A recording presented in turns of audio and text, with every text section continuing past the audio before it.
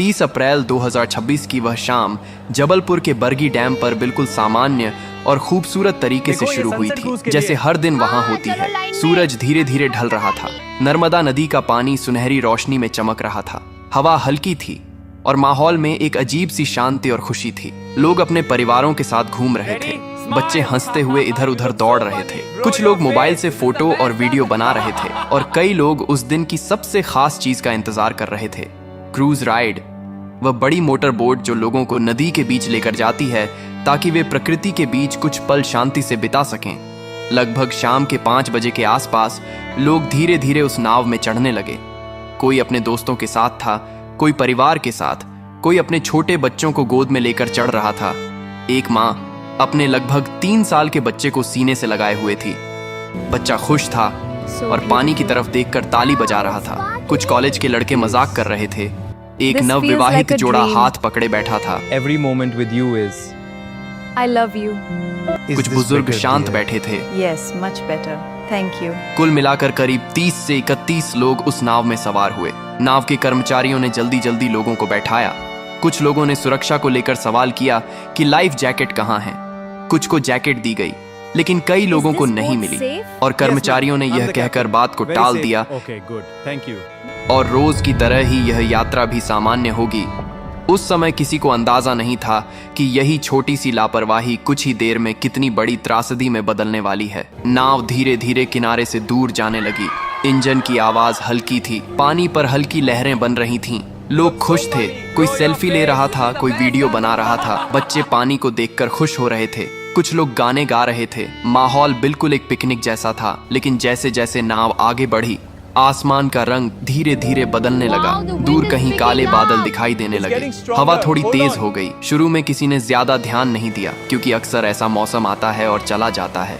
लेकिन कुछ ही मिनटों में हवा की रफ्तार बढ़ने लगी। पानी में हलचल तेज हो गई। नाव हल्की हल्की डोलने लगी। कुछ लोगों ने चिंता जताई और कर्मचारियों से कहा कि शायद वापस लौटना चाहिए, लेकिन जवाब मिला कि यह सामान्य है और डरने की कोई बात नहीं है।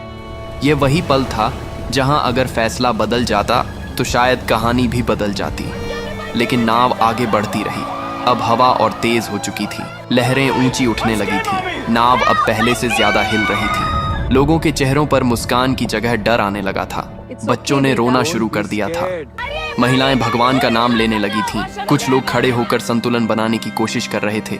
तभी अचानक एक तेज झोंका आया और नाव एक तरफ जोर से झुकी। लोग चीख उठे। कुछ लोग गिर पड़े। पानी नाव के अंदर आने लगा। माहौल अब पूरी तरह डर में बदल चुका था।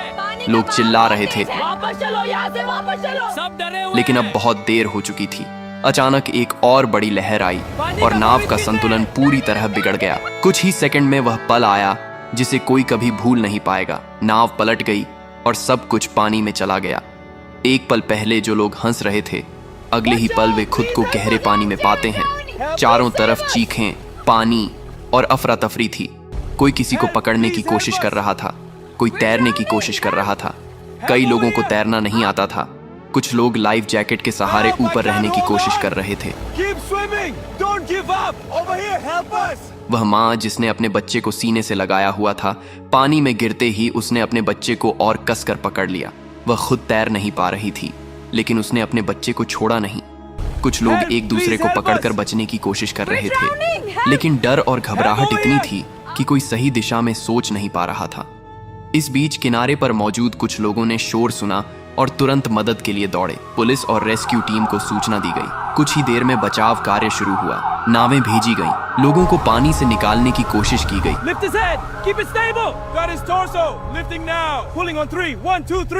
जो लोग सतह पर थे उन्हें जल्दी बाहर निकाला गया, लेकिन जो नीचे जा चुके थे उन्हें ढूंढना मुश्किल था।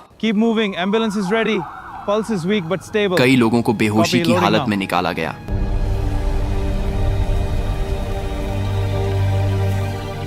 लेकिन कुछ लोगों को बचाया नहीं जा सका। धीरे धीरे यह साफ होने लगा कि यह सिर्फ एक हादसा नहीं बल्कि एक बड़ी त्रासदी बन चुका है। अस्पताल के बाहर परिवारों की भीड़ जमा हो गई। हर कोई अपने अपने लोगों के बारे में पूछ रहा था। किसी का बेटा अंदर था। हर एम्बुलेंस के आने पर दिल की धड़कन तेज हो जाती थी, लेकिन कई बार जवाब उम्मीद के खिलाफ होता था। कुछ लोग हमेशा के लिए चले गए थे। कई परिवार टूट चुके थे। बाद में जांच में सामने आया कि मौसम की चेतावनी को गंभीरता से नहीं लिया गया, नाव को समय पर वापस नहीं मोड़ा गया और सबसे बड़ी बात, सभी यात्रियों को लाइफ जैकेट नहीं दी गई। यह एक ऐसी गलती थी जिसकी कीमत कई जिंदगियों ने अपनी जान देकर चुकाई। 30 अप्रैल की वह शाम जो खुशी और सुकून से शुरू हुई थी, वह दर्द, चीखों और आंसुओं में खत्म हुई। और आज भी जब उस घटना को याद किया जाता है तो एक ही सवाल मन में आता है, अगर थोड़ी सी सावधानी बरती जाती, अगर सही समय पर सही फैसला लिया जाता, तो क्या ये लोग आज जिंदा होते? यह हादसा सिर्फ एक घटना नहीं था, यह एक चेतावनी थी कि जिंदगी में सुरक्षा को कभी हल्के में नहीं लेना चाहिए, क्योंकि एक छोटी सी लापरवाही भी सब कुछ छीन सकती है। और उस दिन नर्मदा का शांत पानी गवाह बन गया उन आखिरी पलों का, जहां हंसी अचानक खामोशी में बदल गई और कई कहानियां अधूरी रह गईं।